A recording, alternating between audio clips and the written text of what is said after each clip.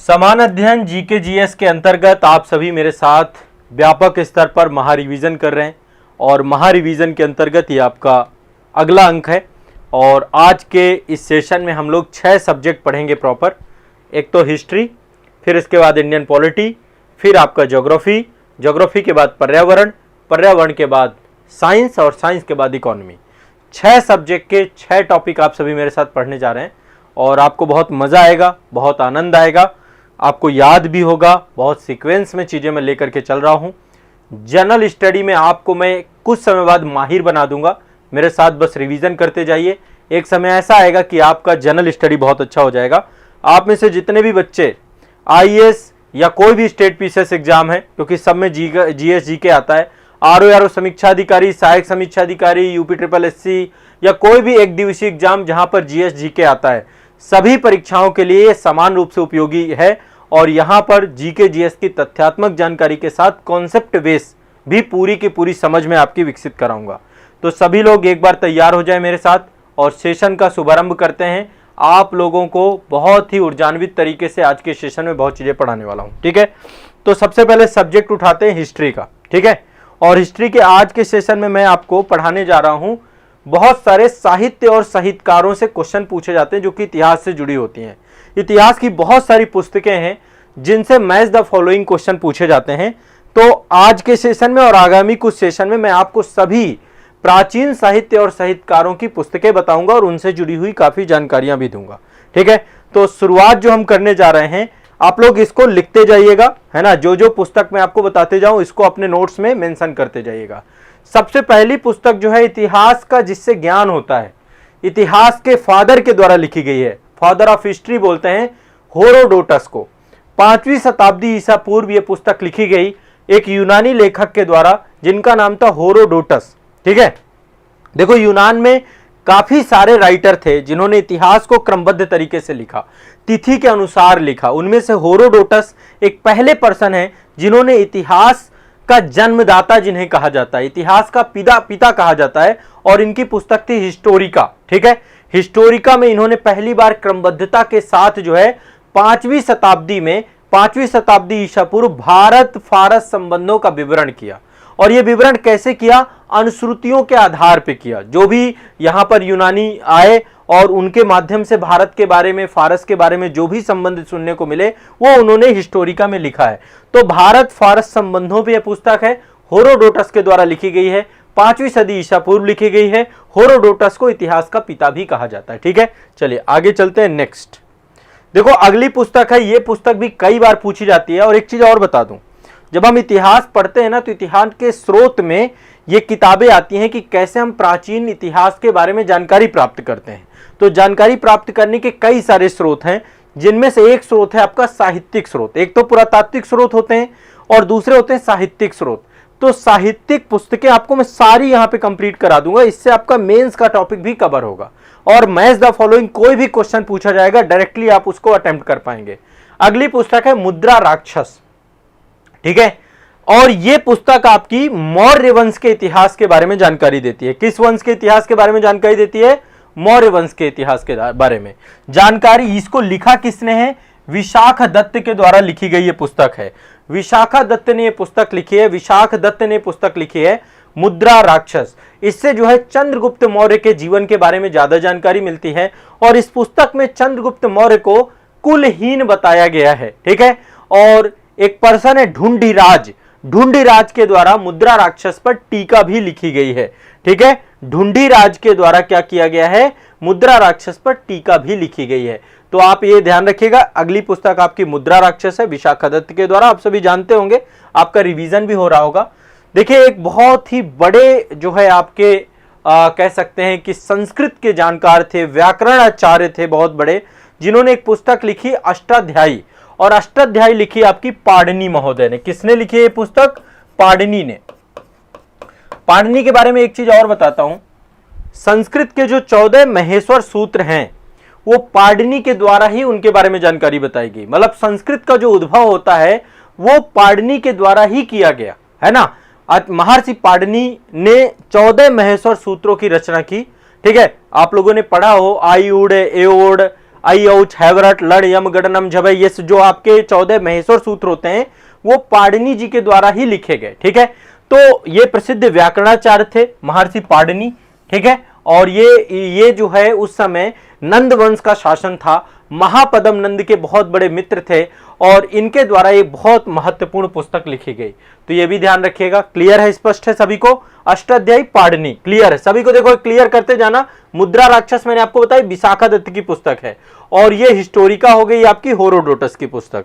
अब आगे चलते हैं। एक बहुत बड़े जो है आपके प्राचीन भारत के इतिहास में एक ऐसे व्यक्ति थे जो खगोल शास्त्री थे। ठीक है, खगोल शास्त्री थे, खगोल विद्या के बारे में जानते थे। अब आप समझिए, हमारे इतिहास में ऐसे ऐसे महापुरुष थे जो ब्रह्मांड की जानकारी रखते थे, जिनमें से एक पर्सन थे बराह मिहिर। बराह मिहिर कौन थे? खगोल शास्त्री थे।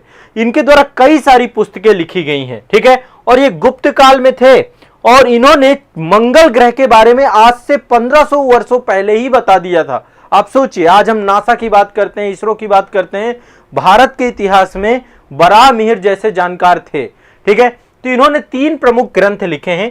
3 ग्रंथों के बारे में यहां पे मैं क्रम से लिखता जाऊंगा, आप भी लिख लीजिएगा। पहली इनकी जो बहुत महत्वपूर्ण ग्रंथ है वो है बृहत संहिता। बृहत संहिता, ठीक है, पहली पुस्तक ये है। दूसरी पुस्तक जो आपकी है वो है पंच सिद्धांतिका। पंच सिद्धांतिका, पंच सिद्धांतिका। और तीसरी पुस्तक जो आपकी है, पहली है बृहत संहिता, दूसरी पंच सिद्धांतिका और तीसरी है बृहत जातक।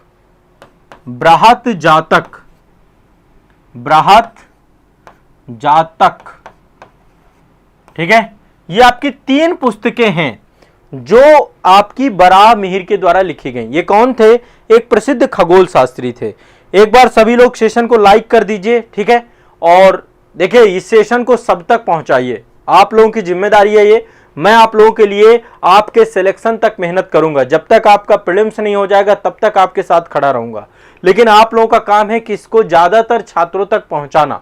ठीक है, मेरी मेहनत को सफल बनाना। जब तक आप ये नहीं करेंगे, मेरा मोटिवेशन सिर्फ यही है कि ये ज्यादातर बच्चों तक एक्सप्रेड हो और ये पहुंचाने का काम आप सब करेंगे। तो पहला काम आप सेशन को लाइक करेंगे, दूसरा इसको शेयर करेंगे एक बार। बाकी गारंटी मैं लेता हूं, मैं आपके लिए इतनी मेहनत कर दूंगा जो मतलब अपने आप में बहुत आपके सिलेक्शन के लिए पर्याप्त होगी, चाहे वो करंट अफेयर्स में हो, चाहे जीके जीएस में हो, चाहे वो आंसर राइटिंग के सेशन में हो। ठीक है, तो बृहत संहिता, पंच सिद्धांतिका और बृहत जातक। मैं पंच सिद्धांतिका के बारे में आपको बताता हूं। पंच सिद्धांतिका यूनानी ज्योतिर्विद्या पर आधारित है। किस पे आधारित है? यूनानी ज्योतिर्विद्या पे आधारित है। ठीक है, इसके बाद देखिए एक और बहुत महत्वपूर्ण व्यक्ति थे और ये भारत के प्रसिद्ध गणितज्ञ थे उस समय। कभी भी क्वेश्चन आपसे ये पूछा जाता है कि प्राचीन काल में विज्ञान एवं प्रौद्योगिकी के क्षेत्र में भारत का क्या जो है योगदान था, गणित के क्षेत्र में क्या योगदान था, आप इन लोगों के नाम लिखेंगे। ठीक है, तो ये एक पर्सन है ब्रह्मगुप्त। ब्रह्मगुप्त के द्वारा एक पुस्तक लिखी गई। ये गणितज्ञ थे। पहले तो देखो इनका वर्क क्या था, ये जरूर आपको ध्यान रखना है। ये किस क्षेत्र में प्रसिद्ध थे? गणितज्ञ। जैसे कि मैंने बराह मिहिर के बारे में बताया, खगोल शास्त्री थे, सीधा उसी से क्वेश्चन पूछ लेगा आपका। ठीक है, तो आपको पता होना चाहिए। ब्रह्मगुप्त के द्वारा एक पुस्तक लिखी गई है ब्रह्म स्फुट सिद्धांत। ब्रह्म स्फुट सिद्धांत, यह पुस्तक आपकी किसकी है? ब्रह्मगुप्त के द्वारा। ये कौन थे? प्राचीन काल में एक बहुत ही महत्वपूर्ण आपके गणितज्ञ थे। ठीक है, आगे चलते हैं, एक अगले खगोल शास्त्री की तरफ चलते हैं। ये एक महान खगोल शास्त्री हैं, इनका नाम है आर्यभट्ट। अगले खगोल शास्त्री हैं आपके आर्यभट्ट। आर्यभट्ट, ठीक है, आर्यभट्ट आपके भारत के प्रसिद्ध खगोल शास्त्री। आपको पता है जो इसरो के द्वारा पहला अपना जो है अंतरिक्ष में यान भेजा गया, आर्यभट्ट के नाम से ही भेजा गया। ये 4वीं और 5वीं शताब्दी में थे, गुप्त काल के दौरान पे थे। भारत के प्रसिद्ध खगोल शास्त्री भी थे, गणितज्ञ भी थे। शून्य का आविष्कार इन्हीं के द्वारा किया गया है। इनके द्वारा एक पुस्तक लिखी गई है जिसका नाम है आर्यभट्टीय।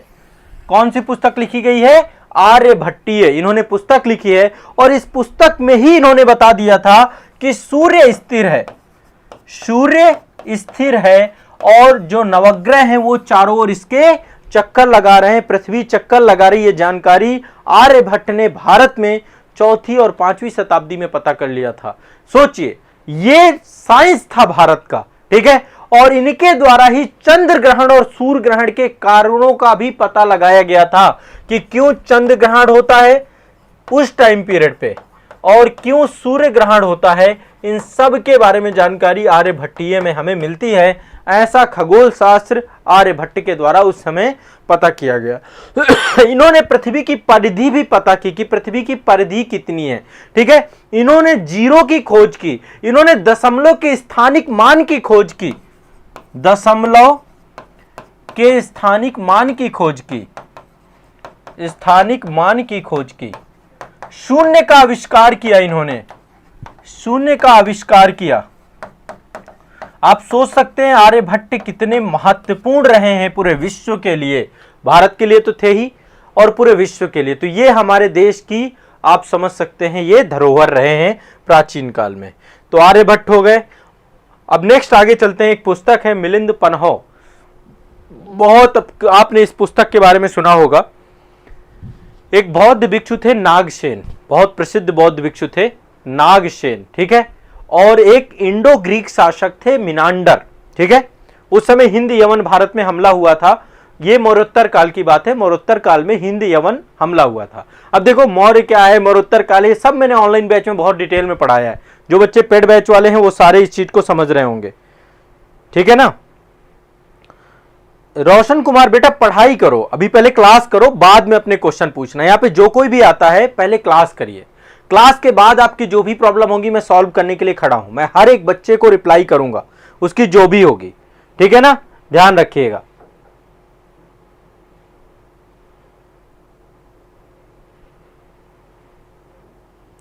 चलिए, अभी कोई भी यहां पे सिर्फ पढ़ाई की बात होगी। अभी मैं क्लास करा रहा हूं, जब तक क्लास कराऊं तब तक संयम बरतना है। अपने क्वेश्चन को कहीं पे लिख लो, बाद में पूछ लो, ठीक है। चलिए, तो मिलिंद पन्हो, मिलिंद पन्हो ये आपके बौद्ध भिक्षु थे नागसेन, ठीक है। और जो इंडो ग्रीक शासक थे हिंद यवन शासक मिनांडर, उनके वार्तालाप का वर्णन है इसमें, ठीक है। वार्तालाप का वर्णन है, ये पुस्तक है आपकी, नागसेन और मिनांडर के बीच में एक चर्चा है। अब देखो भारत के इतिहास में एक ऐसा भी कवि रहा है, संस्कृत के महान विद्वान, इनके बारे में यह भी कहा जाता है कालिदास के बारे में कि पहले धूर्त थे, अज्ञानी थे, लेकिन बाद में इन्होंने ज्ञान को प्राप्त किया, ठीक है। और इन्होंने बहुत सारी पुस्तकें लिखी। पहली बात तो ये चंद्रगुप्त द्वितीय जो था गुप्त वंश का शासक, उसके दरबारी थे। चंद्रगुप्त द्वितीय के दरबार में थे। ये किसके दरबार में थे? चंद्रगुप्त द्वितीय के, जिसको विक्रमादित्य कहते हैं हम, चंद्रगुप्त द्वितीय के दरबार में थे ये आपके, ठीक है। और दरबारी कवि थे, उसके नवरत्नों में से एक थे। इनके द्वारा कई सारी पुस्तकें लिखी गई, सारी पुस्तकों की लिस्ट बनाइएगा। एक पुस्तक है इनकी मालविकाग्निमित्रम, ठीक है, लिखिएगा मालविकाग्निमित्रम। मालविका और अग्निमित्र की प्रेम कथा है इसमें, ठीक है।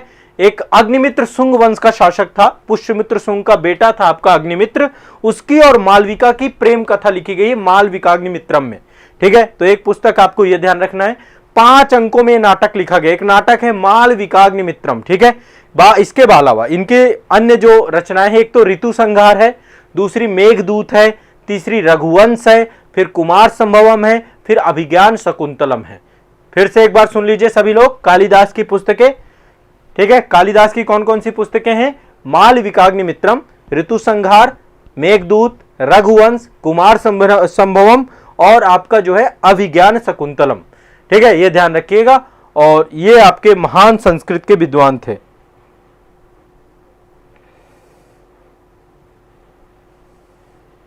मिनांडर आपके इंडो ग्रीक शासक थे, ठीक है, इंडो ग्रीक शासक थे।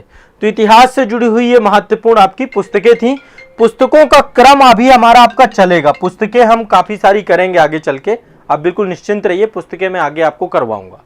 तो एक तो आपकी ये हो गई, ठीक है, ये चंद्रगुप्त, ये आपके महाकवि कालिदास हो गए, इनकी पुस्तक मैंने काफी सारी बता दी, मिलिंद पन्हो बता दिया आपको, ठीक है। और आर्यभट्टीय के बारे में, आर्यभट्ट के द्वारा ये पुस्तक जो लिखी गई ये बता दिया। ब्रह्मगुप्त के द्वारा ब्रह्म स्फुट सिद्धांत लिखा गया। बराहमिहिर की 3 पुस्तकें आपने लिख ली। ये याद रखिएगा पंच सिद्धांतिका इन्हीं की है, कई बार क्वेश्चन इनसे पूछे गए हैं, ठीक है। बृहत संहिता, बृहत जातक और पंच सिद्धांतिका। इसके बाद ये आपकी जो है अष्टाध्यायी पाणिनि की है, इसके अलावा मुद्रा राक्षस हो गई आपकी, और ये हिस्टोरिका हो गई। तो इतिहास में आज इतना ही, ये पुस्तकें रखेंगे। नेक्स्ट टॉपिक है हमारा पॉलिटी का। ठीक है, इतिहास का इतना क्लियर है, कोई दिक्कत तो नहीं है। बाकी नेक्स्ट अगली क्लास में फिर बाकी कवर कराएंगे, टेंशन नहीं लेना है, कोई टेंशन नहीं लेगा, मेरे ऊपर छोड़ दो, मैं आपको बिल्कुल जबरदस्त करा दूंगा। एक एक करके धीरे धीरे खाएंगे तो हाथी भी खा जाएंगे, पूरा सिलेबस चबा जाएंगे, धीरे धीरे। देखो सुबह पूरा करंट अफेयर्स खत्म कर चुके हैं ना। इतना जो लोग करंट अफेयर्स में रेगुलर हैं उनको पता है कि क्या हमने हासिल किया करंट अफेयर्स की क्लास में। वैसा ही कुछ जीएस में होने वाला है आप लोगों के साथ चमत्कार। इसीलिए मैं 6 के 6 सब्जेक्ट पे एक जबरदस्त ये पूरा कार्यक्रम आप लोगों के लिए बना चुका हूं। नेक्स्ट है आपका भारतीय संविधान और उससे जुड़े हुए महत्वपूर्ण आर्टिकल।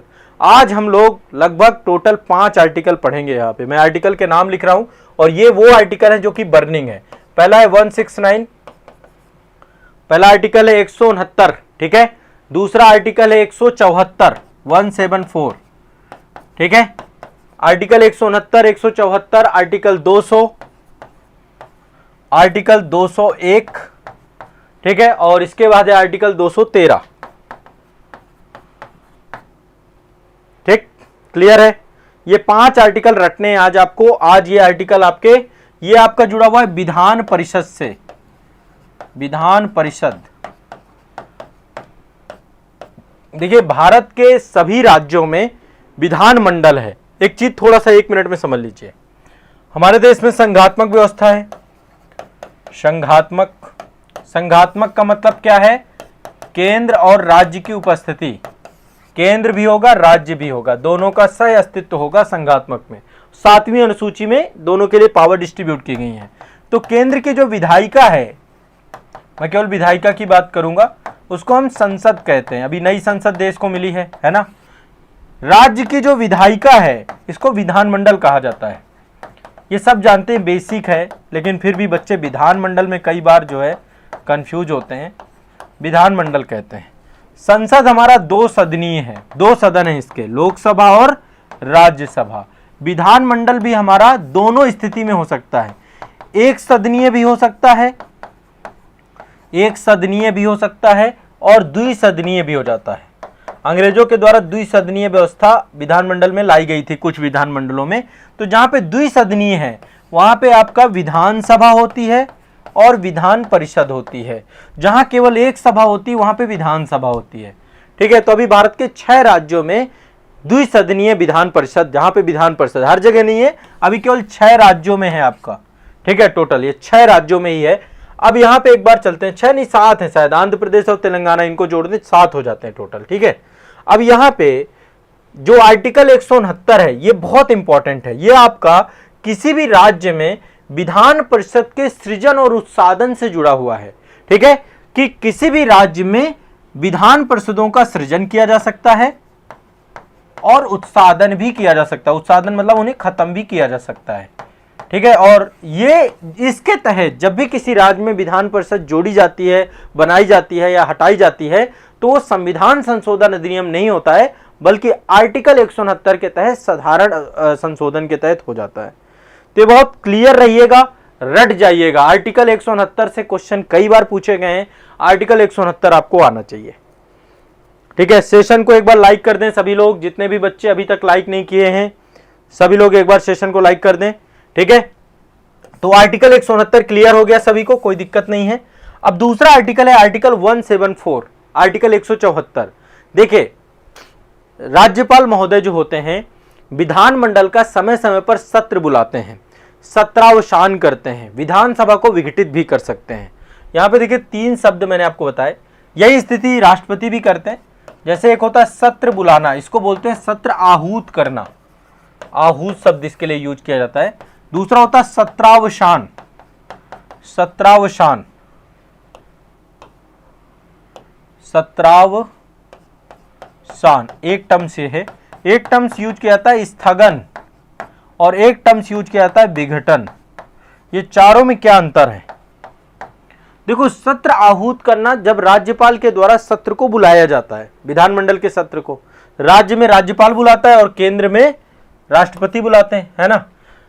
सत्रावसान होता है जब सत्र चल रहा होता है तो सत्र को पूरी तरीके से समाप्त कर देना सत्रावसान होता है। जैसे अभी 3 सत्र मुख्य तौर पे होते हैं, कई बार विशेष सत्र भी, जैसे आपने सेंट्रल गवर्नमेंट में देखा था विशेष सत्र बुलाया गया था अभी नई संसद के टाइम पीरियड पे, तो सत्रावसान है सत्र को पूरी तरीके से समाप्त कर देना, सत्रावसान, ठीक है। और ये जैसे मान लीजिए अभी आपका मानसून सत्र है, फिर शीतकालीन सत्र है, फिर बजट सत्र है, तो सत्र बुलाएगा राज्यपाल और सत्र को खत्म भी राज्यपाल महोदय करते हैं। स्थगन तो बीच बीच की घटना होती है, जैसे सत्र चल रहा है 2 बजे तक के लिए स्थगित कर दिया गया, अल्पकालिक समय के लिए जब सत्र को रोका जाता है तो कोई भी कारण हो सकता है। कई बार क्या होता है कि काम का ओवरलोड भी होता है, कई बार जो है सदन में विरोध हो रहा होता है, कई बार सदन चल नहीं पाता है सही तरीके से, तो ये आपके जो विधानसभा के सभापति होते हैं या लोकसभा के सभापति होते हैं, राज्यसभा के मतलब अध्यक्ष होते हैं, ये जितने भी होते हैं, राज्यसभा में सभापति होता है, लोकसभा में अध्यक्ष होते हैं, विधानसभा में भी अध्यक्ष होते हैं, तो इनके द्वारा इनके पास पावर होती है कि वो ये कार्य कर सकें। ठीक है, क्लियर है, स्पष्ट है। तो राज्यपाल महोदय आर्टिकल 174 के तहत, आर्टिकल 174 के तहत क्या कर सकते हैं, विधानमंडल का सदन का सत्र बुला सकते हैं, आहूत कर सकते हैं, सत्रावसान कर सकते हैं। विघटन का मतलब होता है पूरी विधानसभा खत्म कर देना, नई विधानसभा बनना।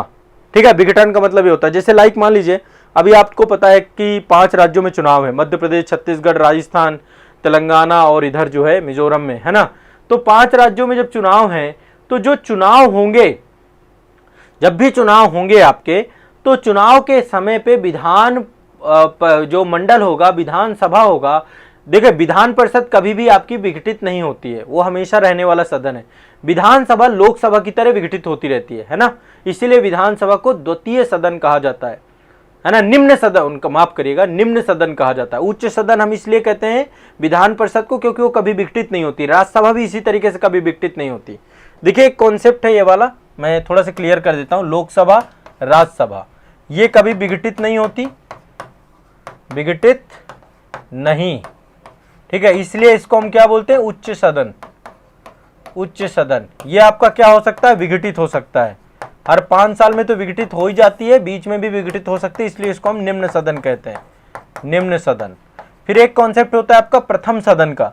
चूंकि लोकसभा में जनता के डायरेक्ट प्रतिनिधि जाते हैं, लोकसभा का आम चुनाव होता है, इसलिए इसको हम प्रथम सदन कहते हैं, क्योंकि जनता के चुने हुए प्रतिनिधि होते हैं। राज्यसभा में अप्रत्यक्ष तरीके से जाते हैं, राज्यों के प्रतिनिधि होते हैं इसमें, ठीक है। तो ये आपका द्वितीय सदन कहलाता है। क्या कहलाता है, द्वितीय सदन। अब यही स्थिति सेम विधानसभा की होती है, विधानसभा का विघटन हो सकता है, इसलिए इसको विधानसभा को निम्न सदन कहते हैं, और प्रथम सदन इसलिए क्योंकि विधानसभा में जनता द्वारा चुने गए प्रतिनिधि जाते हैं। और विधान परिषद जो आपकी होती है उसको हम द्वितीय सदन कहते हैं, क्योंकि अप्रत्यक्ष तरीके से यहाँ पर जो है मेंबर्स चुने जाते हैं, उनका एक अलग रेशियो दिया होता है कहाँ से कौन चुन के आएगा, जो अलग अलग निर्वाचक मंडल बनते हैं। और इसे उच्च सदन इसलिए कहते हैं क्योंकि ये विघटित नहीं होता है। तो रफली आपको ये पता होना चाहिए, विघटन का मतलब है पूरी की पूरी व्यवस्था ही खत्म कर देना विधानसभा की, ठीक है, फिर नई विधानसभा बन के आएगी। आर्टिकल 174 क्लियर हो गया, ज्यादा डीप कर दिया मैंने। आर्टिकल 200 के तहत राज्यपाल विधेयकों को अनुमति देता है, राज्यपाल विधेयकों को अनुमति, विधेयकों को क्या देता है, अनुमति देता है। राज्यपाल विधेयकों को अनुमति देता है। आर्टिकल 200 के तहत राज्यपाल विधेयकों को अनुमति देता है या अनुमति रोक लेता है, ठीक है, या तो अनुमति देता है या तो अनुमति रोक लेता है या राष्ट्रपति के विचार के लिए आरक्षित कर लेता है, ठीक है, या तो अनुमति दे देगा या तो अनुमति रोक लेगा या तो राष्ट्रपति के लिए ट्रांसफर कर देगा। आर्टिकल 200 के तहत, ठीक है, जब भी कोई बिल विधानसभा से पारित होकर जाता है, विधान परिषद से पारित होकर जाता है, तो राज्यपाल के पास जाता है साइन के लिए। तो राज्यपाल के पास बहुत पावर होती है, इस मामले में राष्ट्रपति से भी ज्यादा पावरफुल होता है राज्यपाल की। वो चाहे तो विधेयक को अनुमति दे या तो अनुमति रोक ले या तो उस पूरे के पूरे विधेयक को राष्ट्रपति जी के लिए आरक्षित कर ले यदि उसे ऐसा लगता है तो, ठीक है। और आर्टिकल 201 के तहत राष्ट्रपति के लिए आरक्षित विधेयकों की अनुमति देना, है ना। जब कोई विधेयक राष्ट्रपति के लिए आरक्षित किया जाता है तो बाकायदा राष्ट्रपति कार्यालय जाता है, फिर वहां पे भी राष्ट्रपति या तो उसे मतलब एक्सेप्ट कर सकते हैं या रिजेक्ट कर सकते हैं, फिर राज्यपाल के पास पावर होती है, ठीक है, फिर राज्यपाल उसको एक्सेप्ट करेगा। क्लियर है? तो ये आपका राष्ट्रपति के लिए आरक्षित विधेयक है, उस पर एक्शन कैसे लिया जाएगा, और ये राज्यपाल के द्वारा विधेयकों पे अनुमति। सेंट्रल गवर्नमेंट में इसी तरीके का एक आर्टिकल है, आर्टिकल 111। आर्टिकल 111 में राष्ट्रपति अनुमति देते हैं। राष्ट्रपति के पास स्पेशल वीटो पावर भी होती है, राज्यपाल के पास भी वीटो पावर होती है। राष्ट्रपति के पास टोटल 3 प्रकार की वीटो है भारत में, पॉकेट वीटो, विशेषित वीटो, ये सब चीजें मैं पढ़ाऊंगा बीच में बाद में। पॉकेट वीटो, विशेषित वीटो, स्पेशल वीटो नहीं है हमारे देश में, है ना। पॉकेट वीटो है, निलंबनकारी वीटो है, और एक आपका एब्सोल्यूट वीटो है। 3 प्रकार का वीटो भारत का राष्ट्रपति यूज करता है। स्पेशल वीटो अमेरिका के राष्ट्रपति के पास। अब ये वीटो क्या है, इनमें क्या क्या अंतर होता है, ये सब चीजें बाद में सेशंस में पढ़ाऊंगा, ठीक है। तो आर्टिकल 200 राज्यपाल की विधेयकों को अनुमति और राष्ट्रपति के लिए आरक्षित विधेयक। आर्टिकल 213, ये तो देखो सिंपल सा, एक आर्टिकल 1, 2, 3 है, ये तो आपको पता है, अध्यादेश, राष्ट्रपति अध्यादेश जारी करते हैं, अध्यादेश। उसी प्रकार से आर्टिकल 213 है, ये 1, 2, 3 है, ये 213 है, तो ये भी अध्यादेश है। इसमें राज्यपाल के द्वारा अध्यादेश जारी किया जाता है, राज्यपाल के द्वारा, ठीक है। राज्यपाल के पास पावर है कि वो अध्यादेश जारी कर सकता है, राज्यपाल जारी कर सकता है। 5 वीटो नहीं होते भाई। हाँ, अध्यादेश कैसे जारी करता है? यदि विधानमंडल के, यदि कोई ऐसी आपातकालिक परिस्थिति आ गई है और विधानमंडल उस समय सत्र में नहीं है, तो राज्यपाल क्या कर सकता है? अध्यादेश जारी कर सकता है। ये आपके टोटल आर्टिकल हो गए। बताइए आर्टिकल आप लोग को याद हो रहे हैं ना? एक बार कमेंट सेक्शन में बताइए। जो लोग भी आर्टिकल वाली क्लास से, मतलब ये क्लास में रेगुलर हैं, उनको आनंद आ रहा है, आर्टिकल याद हो रहे हैं, चीजें रिवाइज हो रही हैं कि नहीं हो रही। मैंने कितने आर्टिकल याद करा दिए अभी तक में, और इंपॉर्टेंट आर्टिकल लेता हूं, रैंडम आर्टिकल है आपके। क्लियर है सभी को? हाँ, देखो टोटल वीटो तो 4 प्रकार के होते हैं, पर भारत के राष्ट्रपति के पास केवल 3 प्रकार के वीटो हैं। चौथा जो विशेषित वीटो है वो अमेरिका का राष्ट्रपति यूज करता है, भारत के राष्ट्रपति नहीं यूज करते हैं। हाँ, सभी लोग एक बार फीडबैक दें अपना कमेंट सेक्शन में, सब लोग के कमेंट आने चाहिए। जब मैं कमेंट के लिए बोला करूं फिर कमेंट किया करो, तो फिर मजा आ जाती है। हाँ, सभी को मजा आ रहा है, ठीक है, चलो बहुत बढ़िया। तो ये तो हो गया आपका संविधान वाला टॉपिक। अब अगला टॉपिक है आपका भूगोल का टॉपिक। अगला टॉपिक है आपका भूगोल। भूगोल के टॉपिक को पढ़ लेते हैं। सबसे पहले मैं भारत का अक्षांशीय और देशांतरी विस्तार पढ़ाऊंगा, और फिर इसके बाद भारत और कर्क रेखा में अवस्थित राज्य पढ़ाऊंगा। देखिए, अक्षांशीय और देशांतरी विस्तार, यहां पे केवल इतना बताऊंगा, बाकी ज्यादा कॉन्सेप्ट नहीं यहां पे बताने वाला। भारत का देखो, ये तो मुख्य भूमि है, ये आपकी मुख्य भूमि है। यहाँ ये आपका है, यहाँ पे सबसे दक्षिणतम बिंदु है कन्याकुमारी। कन्याकुमारी, केप केमोरिन बोलते हैं, कुमारी, है ना। केप एक भौगोलिक कह सकते हैं कि आपका एक तरीके की संरचना है। जो भूमि जो है समुद्र की तरफ निकला होता है उसे केप कहा जाता है, ठीक है। समुद्र की तरफ जब कोई भूमि निकली होती है उसे हम केप कहते हैं। जैसे यहाँ पे केप केमोरिन, कन्याकुमारी, ठीक है। सबसे उत्तर में आपका यहाँ पे है इंदिरा कॉल। इंदिरा कॉल, यहाँ पे एक पॉइंट है इंदिरा कॉल। ये वाला जो आप देख रहे हैं ना, यहाँ पे एक पॉइंट है, इसका नाम है गौरमोता। गौरमोता, ये गुजरात में पड़ता है। और इधर देखेंगे तो यहाँ पे सबसे अंतिम गांव है, ठीक है, ये वाला गांव है, इसका नाम है किबुथु। किबुथु। ये भारत के 4 तो पॉइंट हैं आपके।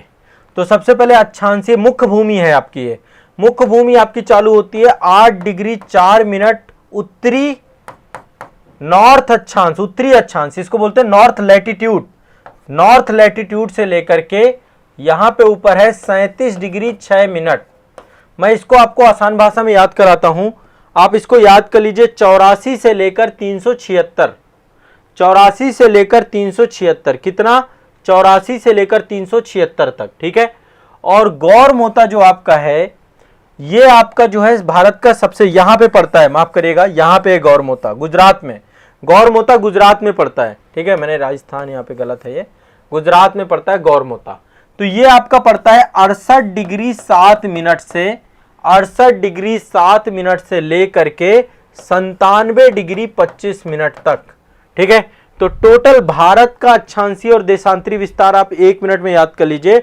8 डिग्री 4 मिनट से लेकर 37 डिग्री 6 मिनट, यानी 84 से लेकर के 376 तक। ठीक है, 84 का मतलब है 8 डिग्री 4 मिनट, 376 का मतलब है 37 डिग्री 6 मिनट, नॉर्थ लैटिट्यूड यानी उत्तरी अक्षांश। ठीक है, और इसी तरीके से यहां पे याद कर लीजिए 687 से लेकर 9725 तक, 687 से लेकर 9725 तक।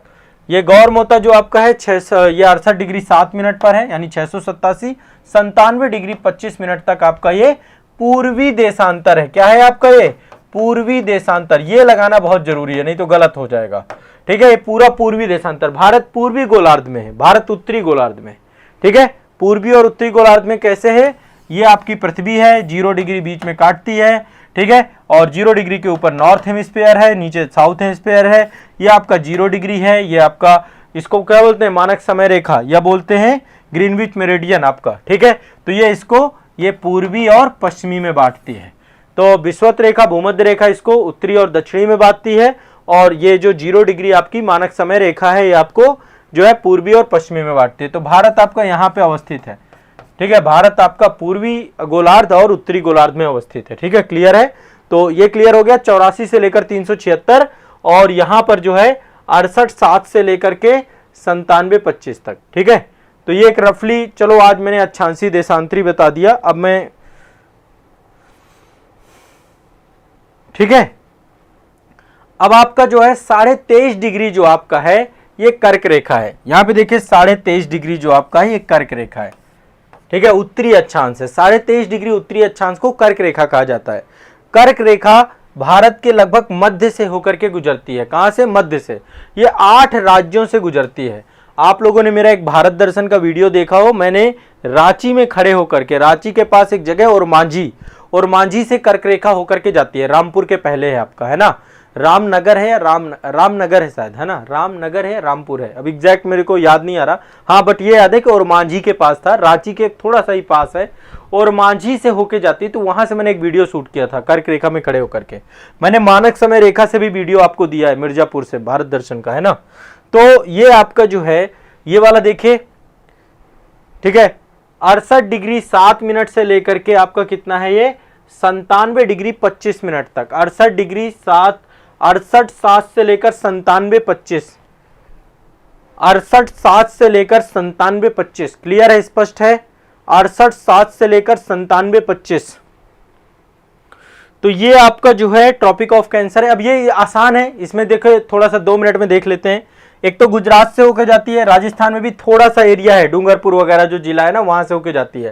ठीक है, 2 जिलों से होकर राजस्थान की जाती है। एक तो गुजरात से होकर जाती है, दूसरा राजस्थान से होकर जाती है, तीसरा मध्य प्रदेश से होकर जाती है, चौथा छत्तीसगढ़ से जाती है, छत्तीसगढ़ को भी टच करती है। फिर आपका झारखंड है, फिर आपका पश्चिम बंगाल है, फिर त्रिपुरा है, फिर मिजोरम है। दक्षिण नॉर्थ ईस्ट में ये त्रिपुरा और मिजोरम से होकर के जाती है, ना तो मणिपुर से ना तो मेघालय से।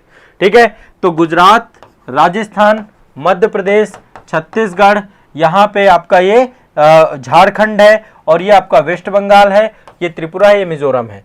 यहाँ पे उड़ीसा नहीं है, ध्यान रखिएगा। कई बार क्वेश्चंस में पूछा गया उड़ीसा को, पता नहीं क्या इनको कितना प्यार हो गया उड़ीसा से, तो उड़ीसा नहीं है यहाँ पे, ध्यान रखिएगा, उड़ीसा नहीं है। ठीक है, तो ये आपको बेसिक है, याद रखिएगा, इससे क्वेश्चन आते हैं। अभी जो आयोग इस समय क्वेश्चन पूछ रहा है, अब आपको ये काम आपको खुद करना पड़ेगा। आपको मैप लेना है, अपना एटलस लेना है, और एटलस में ले करके जो 23.5 डिग्री है उसको क्या करना है, एक बार हाईलाइट कर लेना है। ठीक है, जब आप हाईलाइट कर लेंगे तो इसके आसपास के जो शहर है, जैसे मान लीजिए यहाँ पे हरियाणा है, मान लो ये राजस्थान है, राजस्थान में जयपुर हो गया, इधर सिक्किम है। ठीक है, तो एक बार इनके अक्षांश देशांतर जरूर देखना है कि जयपुर और सिक्किम का एक साथ एक बराबर के अक्षांश में पड़ रहे हैं। अब वो डायरेक्टली कर्क रेखा से नहीं पूछ रहे हैं, वो क्या पूछते हैं कि 21 डिग्री में कौन कौन से अवस्थित हैं, कौन से जो है आपके कर्क रेखा के आसपास के शहर, भोपाल पूछ लेगा, विदिशा पूछ लेगा, रांची पूछ लेगा। ठीक है, तो थोड़ा सा रफली ध्यान रखना है। रांची आपका जो झारखंड की राजधानी है ना, वो कर्क रेखा में ही अवस्थित है। ठीक है, कर्क रेखा में। गुजरात की राजधानी गांधीनगर बिल्कुल पास में है उसके, मतलब ऊपर से तो होके नहीं जाती, बट पास में अवस्थित है। तो थोड़ा ध्यान रखना इस बात का भाई, क्लियर है ना। अहमदाबाद भी बिल्कुल नजदीक है आपका, अहमदाबाद भी बिल्कुल नजदीक है। ठीक है, गांधीनगर आपका 23 डिग्री 19 मिनट पे अवस्थित है, तो आप सोच लो 23.5 डिग्री। गांधीनगर और अहमदाबाद बिल्कुल बगली में अवस्थित है। ऐसे ही आपका विदिशा पड़ता है मध्य प्रदेश में, विदिशा बिल्कुल नजदीक में है। क्लियर है ना? तो थोड़ा ध्यान रखना आप। 80 डिग्री पे सर एमपी पीएससी में बहुत पूछता है। मैं मानक समय रेखा देखो बाद में बताऊंगा, मानक समय रेखा के बारे में भी आने वाले सेशंस पे चर्चा कर लेंगे। ये तो हमारी कर्क रेखा से जुड़ी हुई बात थी। तो कर्क रेखा में थोड़ा सा मैप पे काम कर लेना भाई, देखो नहीं तो फिर गलत कराओगे। मैप में एक दिन बैठना है इत्मीनान से और थोड़ा देख लेना है कि किस डिग्री पर कौन कौन से अवस्थित हैं। आपकी जो एटलस है ना स्टडी टुडे पब्लिकेशन का, एटलस में दिया होगा, मैं आपको एक बार दिखा देता हूं। ये वाला मान लो एटलस है ना, एटलस को बिल्कुल रंग डालो, इतना पढ़ो इतना पढ़ो इतना पढ़ो उसको। देखो ये मेरा एटलस है, यदि आप लोग को दिख रहा हो, मैंने एक एटलस का एक एक हिस्सा तैयार किया है समझ लो, और मैंने आप लोगों को कितनी बार पढ़ा चुका मैं इसको, और अभी भी देखता रहता हूं। तो देखो जैसे एटलस में मैंने बहुत सारे पॉइंट यहाँ पे लगाए हैं, जैसे भुज है आपका, मेहसाणा है, गांधीनगर है ना, यहाँ पे उज्जैन है, भोपाल है, विदिशा है, ऐसे करके सारे देखो आसपास के। फिर ऊपर यहाँ पे देखो इस तरफ के ऊपर जो पड़े हुए हैं, पटना कहाँ पे पड़ता है, कितने डिग्री पे है, लखनऊ कितने डिग्री पे है, जयपुर कितने डिग्री पे है ना, पंजाब में जो है आपका चंडीगढ़ कितने डिग्री पे है, हिमाचल प्रदेश। थोड़ा सा एक रफली अपना एक प्रैक्टिस कर लोगे तो आइडिया आ जाएगा। क्लियर है ना? हाँ अब चलो, ये तो देखो मुख्य भूमिका हो गया आपका, मुख्य भूमिका बता दिया था मैंने। अब यहां पे देखिए जो अंडमान निकोबार द्वीप समूह है ना, आपके अंडमान निकोबार द्वीप समूह 6 डिग्री 4 मिनट से है। यहां पे इंदिरा पॉइंट, इंदिरा पॉइंट ये भी लिख लो। इंदिरा पॉइंट को हम पेगमेलियन पॉइंट भी बोलते हैं। क्या बोलते हैं? पेगमेलियन पॉइंट। 6 डिग्री 4 मिनट को। क्लियर स्पष्ट है? तो 6 डिग्री 4 मिनट से लेकर 37 डिग्री 6 मिनट तक आपका क्या है? भारत है। क्लियर है सभी को? 6 डिग्री 4 मिनट से लेकर कितना? 37 डिग्री 6 मिनट तक ये पूरा भारत है आपका कंप्लीट। ठीक है चलो भाई अब चलते हैं आगे बढ़े। इतना समझ में आ गया? अब चलते हैं, देखो कल के सेशन में मैंने आपको बायोस्फीयर रिजर्व बताए थे, जैवमंडल आरक्षित क्षेत्र बताए थे।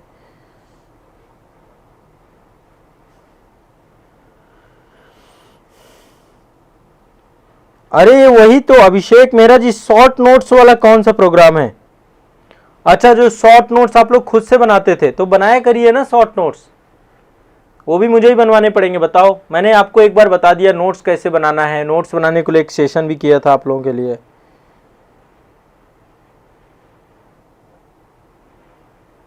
हाँ ठीक है चलो बहुत बढ़िया। चलो आगे बढ़ते हैं नेक्स्ट। अब देखो ये आपका जैवमंडल आरक्षित क्षेत्र है, ये मैंने पिछले सेशन में आपको बताए थे।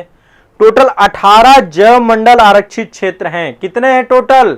18। कितने हैं टोटल? 18। ठीक है ध्यान रखिएगा, जैवमंडल आरक्षित क्षेत्र कितने हैं टोटल? 18।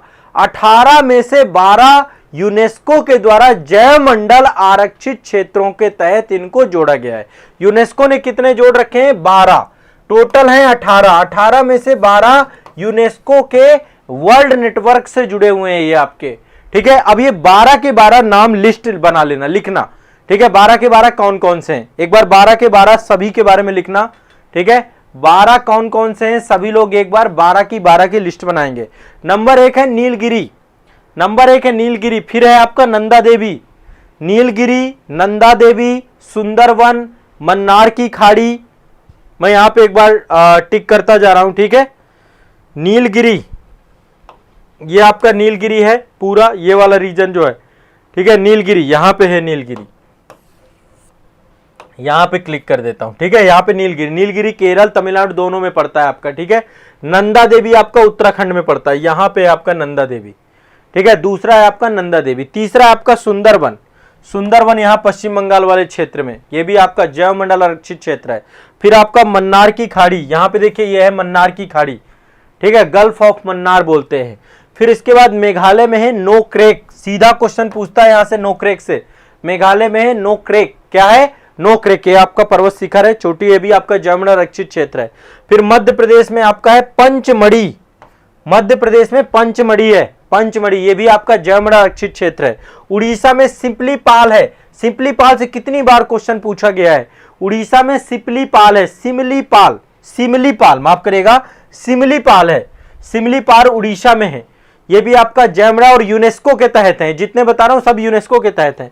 फिर है आपका अचना कमार अमरकंटक, ठीक है, अचना कमार अमरकंटक ये है आपका मध्य प्रदेश और छत्तीसगढ़ के क्षेत्र में अचना कमार अमरकंटक, ठीक है। इसके बाद है ग्रेट निकोबार, यहां पर है ये आपका ग्रेट निकोबार, अंडमान निकोबार द्वीप समूह पड़ता है। इसके बाद है आपकी अगस्ता मलाई, ठीक है, अगला है आपका यहां पे अगस्ता मलाई केरल में, अगस्ता मलाई केरल में, ठीक है। और इसके बाद आपका है कंचनजंगा, सिक्किम में कंचनजंगा है।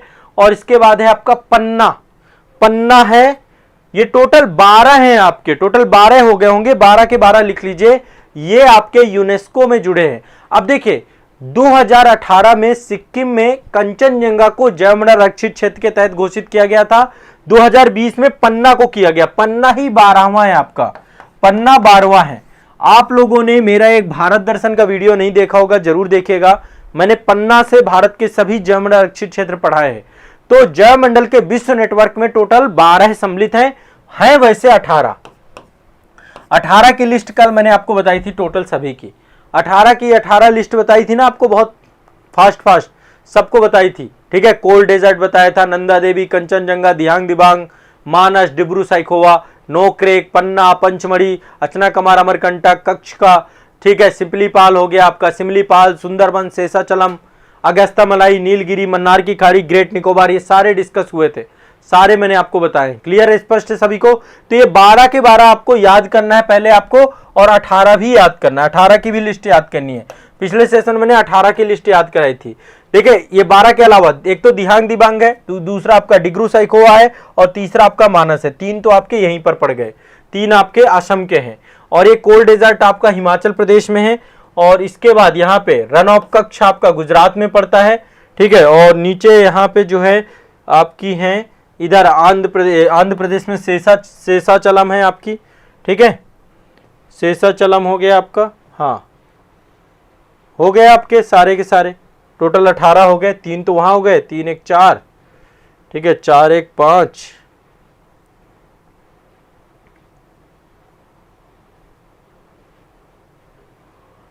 हाँ हो गए। क्लियर है सभी को? हाँ, पंचमढ़ी भी मध्य प्रदेश का है, पंचमढ़ी और पन्ना 2 आपके मध्य प्रदेश में, ध्यान रखिएगा सभी को, ठीक है। क्लियर है, स्पष्ट है? ये क्वेश्चन ध्यान रखिएगा, देखो ये सब पूछे जाते हैं, मैच द फॉलोइंग में पूछे जाते हैं, सब में पूछे जाते हैं। तो ये यूनेस्को के विश्व नेटवर्क में जुड़े हुए हैं आपके टोटल। और यहाँ पे एक बार ईयर भी समझना चाहो तो ईयर वाइज भी बता देता हूँ, ईयर वाइज भी आपको बता देता हूँ, ठीक है। ईयर वाइज सबसे पहले नीलगिरी को जोड़ा गया था सन 2000 में, नीलगिरी के बाद फिर सुंदरबन है आपका 2001 में जोड़ा गया है, ठीक है। फिर आपका ये नंदा देवी है, ठीक है, नंदा देवी को जोड़ा गया 2004 में, ठीक है। इसके बाद आपका नोक्रेक जोड़ा गया 2001 में, आपके 2 जोड़े गए, एक तो सुंदरबन, दूसरा मन्नार की खाड़ी। फिर आपका नोक्रेक जोड़ा गया 2009 में, ठीक है। इसके बाद आपका जो है 2013 में ग्रेट निकोबार को जोड़ा गया। इसके बाद आपका 2016 में अगस्ता मलाई, उससे पहले 2012 में अचना कमार अमरकंटक को, 2009 में पंचमढ़ी को, 2020 में पन्ना को, पन्ना सबसे लेटेस्ट है, और कंचनजंगा को 2018 में, ठीक है। तो ओवरऑल जो है आपका मानव और जो है जैवमंडल के साथ सह संबंध स्थापित करने के लिए बायोस्फीयर रिजर्व की जो है पूरी की पूरी वो की गई है। नेक्स्ट सेशन में मैं आपको बायोस्फीयर की संरचना बताऊंगा कि कोर हिस्सा क्या होता है, बफर जोन क्या होता है, ट्रांजिशन जोन क्या होता है ना, संक्रमण क्षेत्र क्या है आपका, कहाँ पे टूरिज्म को लेकर अलाउ किया जाता है, जिसमें नेशनल पार्क भी होते हैं। बायोस्फीयर रिजर्व आपके नेशनल पार्क भी होते हैं, नेशनल पार्क के आसपास के एरिया को कहते हैं पूरा, ठीक है। तो ये आपका इन्वायरमेंट से जुड़ी हुई चीजें हो गई। नेक्स्ट आगे चलते हैं। आज देखो मैंने फिजिक्स का एक टॉपिक उठाया है, मापक यंत्र और उनके पैमाने क्या होते हैं, मतलब वो किस उपयोग के लिए प्रयोग किए जाते हैं। बहुत सारे वैज्ञानिक उपकरण हैं और उनके अनुप्रयोग हैं, इसको लेकर काफी सारे क्वेश्चन पूछता है पीएससी वगैरह में। तो पहले मैं ये कवर कराऊंगा, पहले मैं बेसिक जैसे फिजिक्स केमिस्ट्री भी आपको पढ़ाऊंगा ना, तो पहले बेसिक आपको बता दूंगा, फिर मैं एडवांस लेवल में भी आपको सारी चीजें बताऊंगा। बिल्कुल टेंशन फ्री रहिएगा, रिवीजन में मैं सब कुछ कराऊंगा। तो विभिन्न वैज्ञानिक उपकरण और उनके अनुप्रयोगों के बारे में पढ़ेंगे, ठीक है। ये देखिए, ये पहला जो आपका वैज्ञानिक उपकरण है, ये है आपका अल्टीमीटर। अल्टीमीटर लगा होता है वायुयानों में, जो मुख्यतः वायुयान होते हैं, जैसे जैसे वो जमीन से ऊपर जाते रहते हैं उनकी ऊंचाई को बताता है ये। तो ये आपका क्या है, एक ऊंचाई मापक यंत्र है, इसको हम बोलते हैं अल्टीमीटर, है ना। अल्टीमीटर हाइट को मापता है, ठीक है। इसमें एक देखेंगे आप तो इस तरीके से एक आपका इसका मीटर होता है अल्टीमीटर।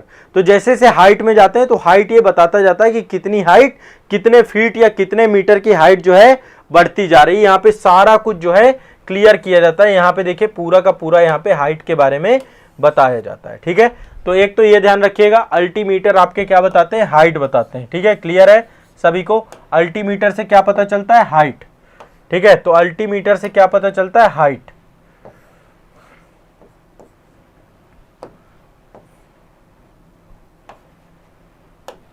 ठीक, अल्टीमीटर हाइट के लिए है। दूसरा, आप ये वाला संयंत्र देखे होंगे, आपके घर में कोई भी बिजली का काम करने वाला व्यक्ति यदि आता है तो विद्युत धारा का मापन करता है, इसको बोलते हैं अमीटर, ठीक है। अमीटर से विद्युत धारा का मापन किया जाता है, ठीक है। विद्युत धारा का मापन किससे करते हैं, अमीटर से। कुछ इस तरीके का यंत्र रहता है, अपने साथ वो लेकर आते हैं और उसी से देख लेते हैं कि करंट का प्रवाह हो रहा है नहीं हो रहा है। तो विद्युत धारा का मापन करते हैं अमीटर से। ये अमीटर है आपका, ठीक है। क्लियर है सभी को, ठीक है। तो अमीटर का प्रयोग किया जाता है विद्युत धारा का। एक ये आप जानते हैं, ये आपका है एनीमोमीटर। एनीमोमीटर, ठीक है, ये बड़े बड़े खंभों में लगा होता है ऊपर, एनीमोमीटर। एनीमोमीटर का काम क्या होता है, जैसे वायु का प्रवाह बढ़ता है ना, हवा बहती है ना, तो हवा के वेग को नापता है कि कितने वेग से हवा चल रही है। जब कभी चक्रवात वगैरह आते हैं आमतौर पे, या मौसम विभाग के द्वारा हवा के वेग को आपको बताया जाता है, तो वो इसी के तहत बताया जाता है, एनीमोमीटर के तहत ही नाप करके बताया जाता है। ये आप देखिए एनीमोमीटर है जो कि हवा के वेग को जो है बताता है। समुद्र तटीय क्षेत्रों में लगे होते हैं और जहां पर भी वायु को लेकर के, है ना, तो हर जगह ये एनीमोमीटर लगाए जाते हैं, ठीक है।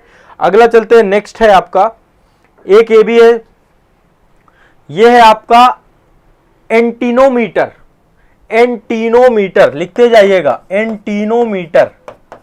एंटीनोमीटर क्या करता है, सोलर रेडिएशन को नापता है कि कितना रेडिएशन है, सोलर विकिरण का मापन करता है, ठीक है। सूर्य के विकिरण का मापन करता है, ये सूर्य के विकिरण का मापन करता है। क्या करता है, एंटीमोमीटर, एंटीनोमीटर। एंटीनोमीटर सूर्य के विकिरण का मापन करता है, ठीक है। नेक्स्ट अगला चलते हैं, अगला है आपका ये आइडियोमीटर। आइडियोमीटर जो है ध्वनि की तीव्रता को नापता है। आइडियोमीटर, आइडियोमीटर ये आपका ध्वनि की तीव्रता को नापता है, ध्वनि की तीव्रता को नापने वाला यंत्र, ध्वनि की तीव्रता मापक यंत्र। मीटर ध्वनि की तीव्रता को मापता है, ठीक है। आइडियोमीटर ध्वनि की तीव्रता को मापने का काम क्या करता है, आइडियोमीटर। नेक्स्ट आगे चलते हैं, अगला है आपका, हाँ ये हो गया आइडियोमीटर। अगला देख रहे हैं, ये है बैरोग्राफ। ये क्या है आपका, बैरोग्राफ। बैरोग्राफ का काम करता है वायुमंडलीय दाब को नापता है। वायुमंडलीय दाब को नापता है कौन, बैरोग्राफ, ठीक है। वायुमंडलीय दाब, हवा भी अपना दबाव डालती है ना, प्रेशर डालती है ना, तो ये बैरोग्राफ के द्वारा नापा जाता है इसको, ठीक है। ध्यान रखिएगा, बैरोग्राफ, ठीक है, ये वायुमंडलीय दाब को नापता है। ऐसे ही बैरोमीटर भी होता है, बैरोमीटर भी यही नाप करता है, ठीक है। बैरोमीटर भी यही नाप करता है वायुमंडलीय हवा की।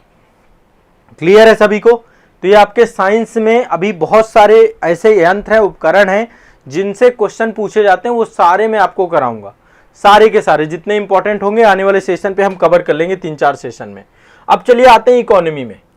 इकोनॉमी के पिछले सेशन में मैंने आपको एक कॉन्सेप्ट बताया था नेशनल इनकम का, सभी लोग जानते हैं। पिछले सेशन में डिटेल डिस्कशन हुई थी कि राष्ट्रीय आय का मापन कैसे करते हैं, और राष्ट्रीय आय के मापन में आज कुछ चीजें आगे हम पढ़ेंगे। पहले मैंने आपको बताया था कि नेशनल इनकम जो है ना, इसको लेकर के 4 प्रमुख अवधारणाएं प्रचलित हैं राष्ट्रीय आय के मापन को लेकर। पहला है जीडीपी, दूसरा है जीएनपी, तीसरा है एनडीपी, फिर है आपका एनएनपी, ठीक है। एक बार ध्यान से समझते हैं। पहला है जीडीपी, जीडीपी के बाद है एनडीपी। मैं इसी क्रम पे आपको बताऊंगा, यहां पे देख लेते हैं। पहला तो है आपका जीडीपी, मैंने जीडीपी के बारे में बताया भी था, ठीक है। जीडीपी के बाद हम पढ़ेंगे एनडीपी के बारे में कि एनडीपी कैसे निकालते हैं। एनडीपी के बाद हम पढ़ेंगे जीएनपी, और जीएनपी के बाद हम पढ़ेंगे एनएनपी। जो एनएनपी होती है आपका, यही आपकी क्या है, राष्ट्रीय आय है। नेट नेशनल इनकम की बात जो करते हैं हम लोग, एनएनपी ही राष्ट्रीय आय है। इतना मैंने डिस्कस किया था। जो जीडीपी है इसका फुल फॉर्म मैंने बताया था, ग्रॉस डोमेस्टिक प्रोडक्ट, सकल घरेलू उत्पाद। ठीक है। दूसरा है आपका एनडीपी, ये है आपका शुद्ध घरेलू उत्पाद, नेट डोमेस्टिक प्रोडक्ट। ठीक है। तीसरा है आपका जीएनपी, जीएनपी आपका ग्रॉस नेशनल प्रोडक्ट।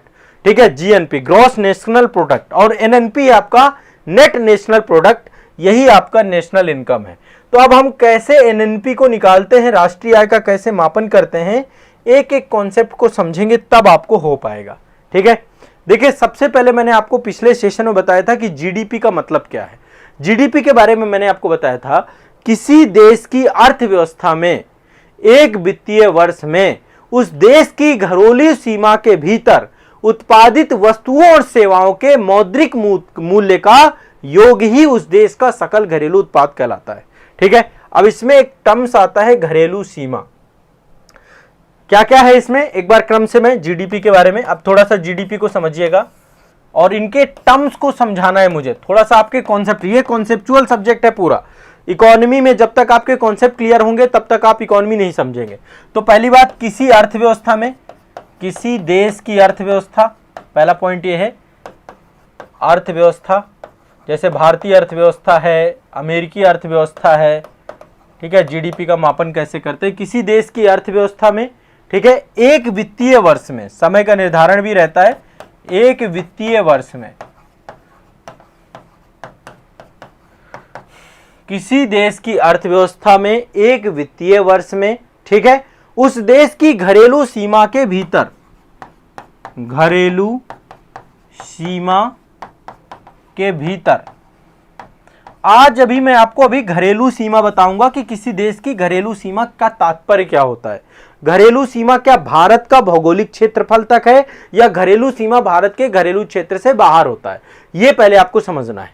ठीक है। और इसके बाद है वस्तुओं और सेवाओं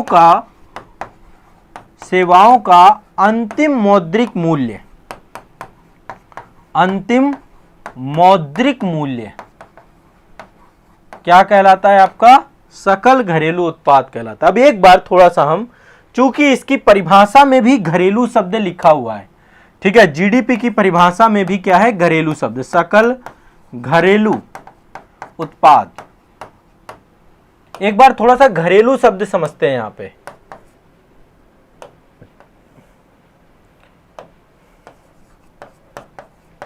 घरेलू का मतलब क्या है,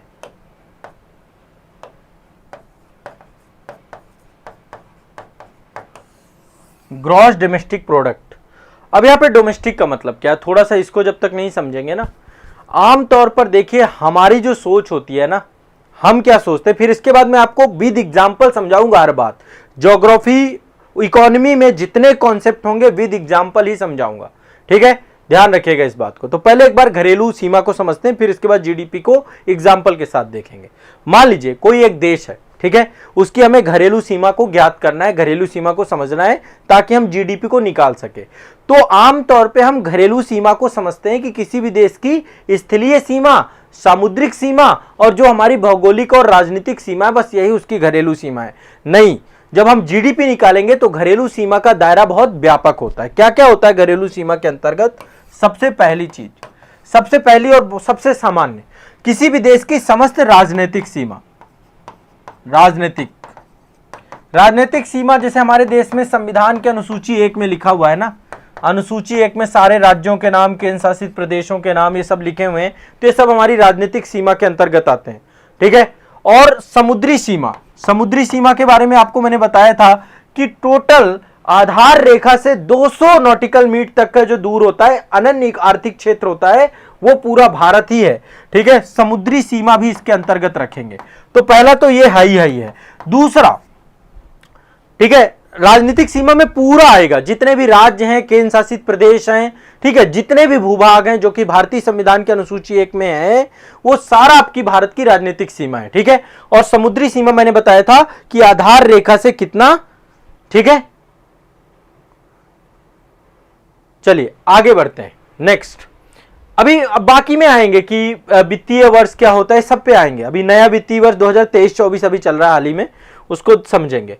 अब दूसरी चीज जो है मैं समझाने वाला हूं, देखिए जैसे बहुत सारे हमारे देश में वायुयान चलते हैं, भारत से बहुत सारे वायुयान, मान लीजिए यहां से वायुयान जो है इजराइल नहीं, अभी से हमें इजराइल में युद्ध चल रहा है, मान लो अमेरिका गए, ठीक है, भारत से कोई भी वायुयान अमेरिका गया, भारत से कोई भी वायुयान सिंगापुर गया, मान लीजिए भारत से कोई भी वायुयान लंदन गया फिर अमेरिका गया, ऐसा भी हो सकता है कि पहले यहां से उड़ा, लंदन में उतरा और लंदन से गया अमेरिका। तो कोई भी वायुयान जो भारत से उड़ा है ना, भारत का वायुयान है जो भारत से उड़ा, भारत में बेस्ड है, भारत में रजिस्टर्ड है, भारत से वो उसने यात्रियों को उठाया और यहां से उड़ करके अमेरिका चला गया, सिंगापुर चला गया, लंदन चला गया, ये सब आर्थिक दृष्टिकोण से भारत की घरेलू सीमा माना जाएगा। यानी कि उस वायुयान के द्वारा जो भी आर्थिक तौर पे चीजों को कमाया गया, जो भी आर्थिक मौद्रिक मूल्य प्राप्त किया गया, ये सब घरेलू सीमा में आएगा। तो वायुयान, ठीक है, वायुयान के द्वारा मौद्रिक मूल्य, ठीक है, ये आपका घरेलू सीमा का आर्थिक दृष्टिकोण है। एक तो ये आर्थिक दृष्टिकोण, पहले तो राजनीतिक दृष्टिकोण था, समुद्री सीमा भी हो गए, अब आर्थिक दृष्टिकोण में कोई भी वायुयान जो यहां से किसी भी देश में जाता है, अब मान लीजिए अमेरिका का कोई वायुयान भारत आएगा तो वो फिर अमेरिका की घरेलू सीमा माना जाएगा। सिंगापुर का कोई वायुयान भारत आएगा तो वो सिंगापुर की घरेलू सीमा माना जाएगा। यह भी ध्यान रखिएगा, सिंपल सा है, बहुत ज्यादा नहीं है। जो भी राजस्व प्राप्त होगा, जो भी जो है उससे मौद्रिक वो प्राप्त होगा, सब कुछ घरेलू सीमा इस तरीके से पकड़ा जाएगा। क्लियर है, स्पष्ट है। अच्छा, और क्या क्या है, जैसे आप देखते हैं बहुत सारे मछुआरे क्या पढ़ते हैं, मछली पकड़ते हैं, है ना, मछली से जुड़ी हुई नौकाएं होती हैं, आप देते हैं वो नौका लेकर के दूर दूर तक जो है समुद्र में जाते हैं, उससे जो भी राजस्व पाया जाएगा वो क्या होगा, आपका घरेलू सीमा होगा।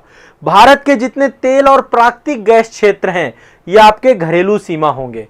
भारत के जितने भी यान हैं, तैरते हुए प्लेटफॉर्म हैं, जितनी पनडुब्बियां हैं, सब घरेलू सीमा होंगी।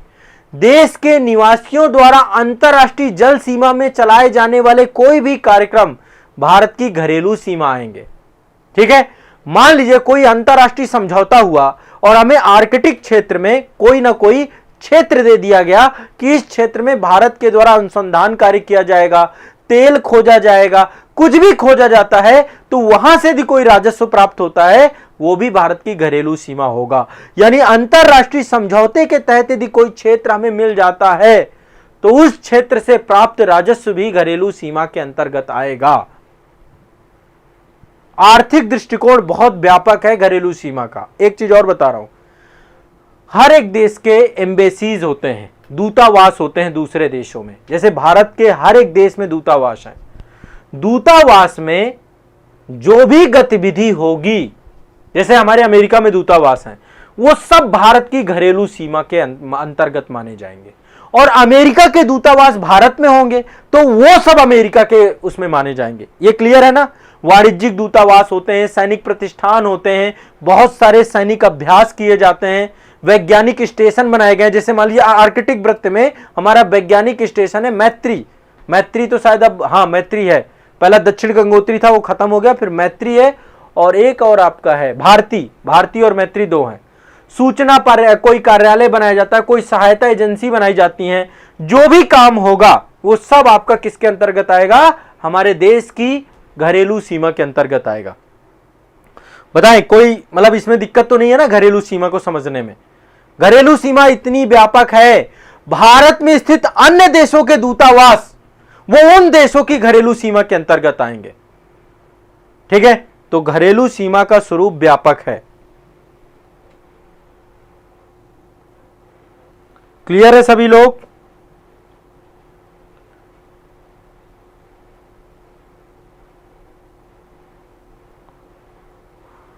देखिए अभी यहाँ पे अभी कोई भी इस उसमें नहीं जाएगा, अभी तो सिर्फ हम जीडीपी की बात कर रहे हैं।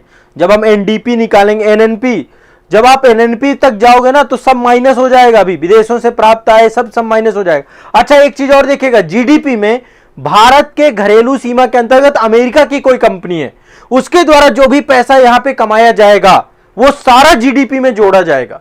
मतलब ये घरेलू सीमा के अंतर्गत कोई भी विदेशी आकर के कमाता है, विदेशी कंपनियां आके यहां पे कमाती हैं, चाहे वो सैमसंग हो, चाहे वो एप्पल हो, चाहे वो कोई भी कंपनी हो, टोयोटा हो, जो भी भारत की घरेलू सीमा के अंतर्गत आर्थिक गतिविधि होगी वो सब घरेलू सीमा कहलाएगी, वो सब जीडीपी में जोड़ी जाएगी।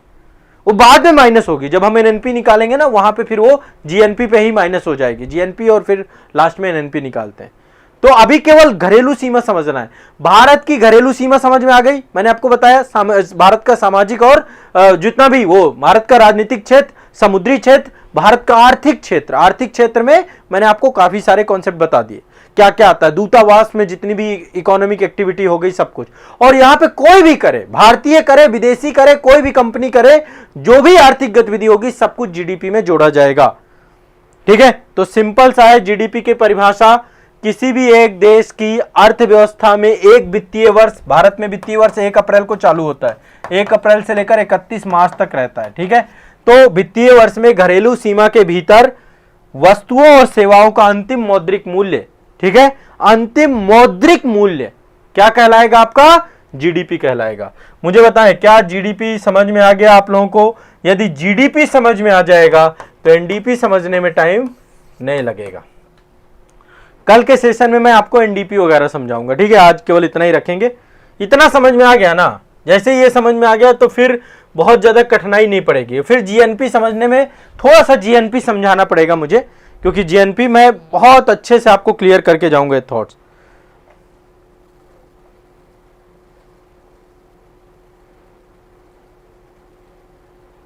देखो हम विदेश में काम कर रहे हैं तो ये जीडीपी में नहीं होगा, ये आएगा बाद में जीएनपी में। विदेशों में फिर उनकी घरेलू सीमा में काम कर रहे हैं ना, जीडीपी में सिर्फ वही पैसा जोड़ा जाए जो भारत की घरेलू सीमा है, ये ध्यान रखिएगा।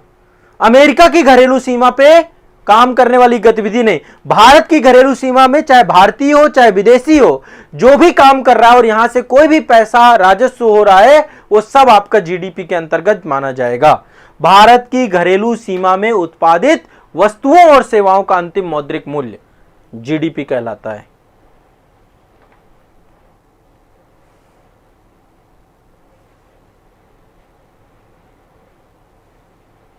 क्लियर हो गया सभी को?